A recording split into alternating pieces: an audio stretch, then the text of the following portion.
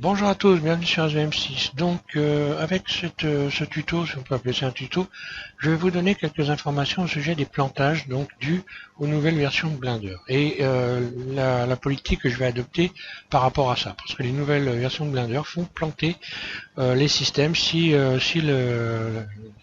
vos machines ne sont pas suffisamment puissantes.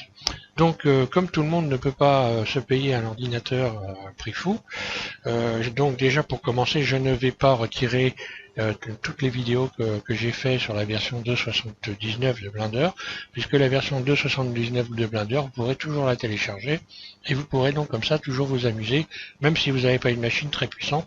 Avec un i5, on va très très loin, on peut même aller jusqu'à la 280, même plus, mais bon, ça peut commencer à arriver à planter. D'ailleurs, c'est ce qui m'est arrivé, c'est pourquoi j'ai investi dans une machine un peu plus performante.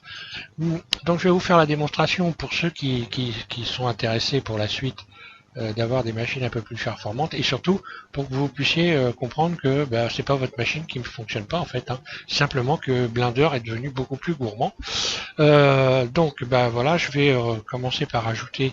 Alors quand on ajoutait un objet et puis enfin quand j'ajoutais un objet, puisque là maintenant je ne peux plus avoir ce problème, et que quand on va ici, voilà, ici dans les subdivisions, c'est là que ça coince. En fait, les subdivisions, bon, moi je plantais sans arrêt, hein.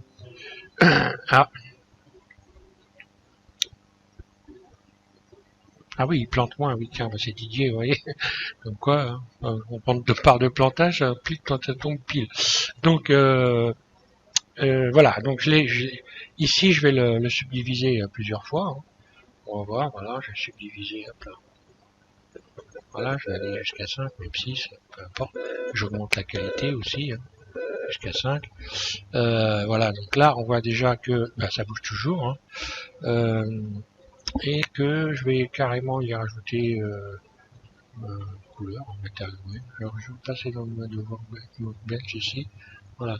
Et je vais aller chercher un matcap pour rajouter de la couleur à tout ça. Ce qui fait planter de toute façon automatiquement. D'ailleurs, j'aurais jamais pu y arriver jusque là. Bon.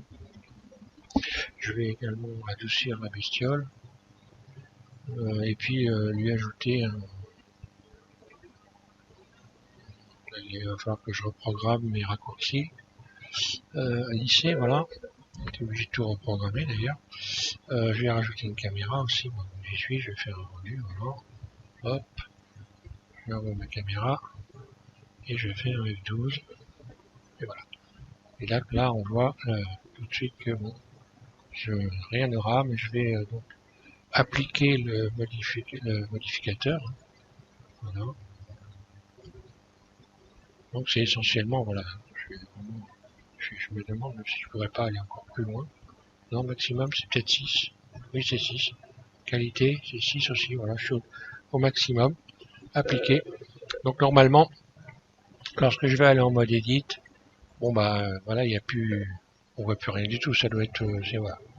Bon, et ça fonctionne toujours, il n'y a pas de problème. Donc voilà. Alors, pour vous donner une idée, pour ceux que ça s'intéresserait de savoir exactement qu'est-ce que j'ai comme machine moi, j'ai juste un i7 avec donc 16 Go peut-être de RAM et une carte donc Nvidia GeForce, hein. Donc voilà, bon c'est. Alors question côté investissement, faut compter pour avoir quelque chose comme ça environ entre 1000 et 1500 euros, hein, grosso pour ceux que ça intéresse de savoir. Donc c'est pas donné. Et tout le monde ne peut pas se l'offrir. Et bon, j'ai beaucoup de chance, hein, d'ailleurs. Bon, ça sera, j'irai pas beaucoup plus loin après, de toute façon, hein, parce que c'est quand même un investissement. Et donc voilà, moi je pense que voilà, quand on peut pas, qu'on n'a pas forcément envie d'investir plus particulièrement dans un ordinateur, je pense qu'il faut rester sur la version où ça fonctionne encore bien. Jusqu'à la 2.79, vous êtes au carré, il n'y a pas de souci. Moi, la 2.79, je l'ai utilisée même sur les anciennes versions de Windows, hein, sur XP, et ça fonctionnait. D'ailleurs, j'avais moins de problèmes avec XP que j'en avais quand ils ont installé Windows 8. Donc pour vous dire que c'était bien élaboré. Voilà. Après, il y a Linux, hein. Didier. Donc Didier qui est un spécialiste de Linux, bah moi je l'ai pas installé parce que c'est vrai que bon après il faut déjà y connaître un petit peu, s'y connaître un petit peu, et puis je suis un petit peu flemmard, quoi, voilà. Faut dire les choses comme elles sont. Voilà, donc je vous remercie tous de suivre AM6. Donc là je vais repartir sur les contraintes. Hein. Donc j'ai précisé dans le précédent tuto qu'il était intéressant que vous ayez voir la chaîne de DJ Nebreda au sujet de son presse-ballon, puisqu'il a il a utilisé des contraintes, donc il faut aller voir ça, c'est important. Et je vais continuer. Donc prochain modèle, c'est un vilebrequin, donc ce qui ressemble un peu plus à un vilebrequin que ce qu'on a fait précédemment, puisqu'un vilebrequin c'est pas forcément très évident à modéliser. Donc on va en modéliser un assez simple quand même, pas non plus quelque chose de trop compliqué.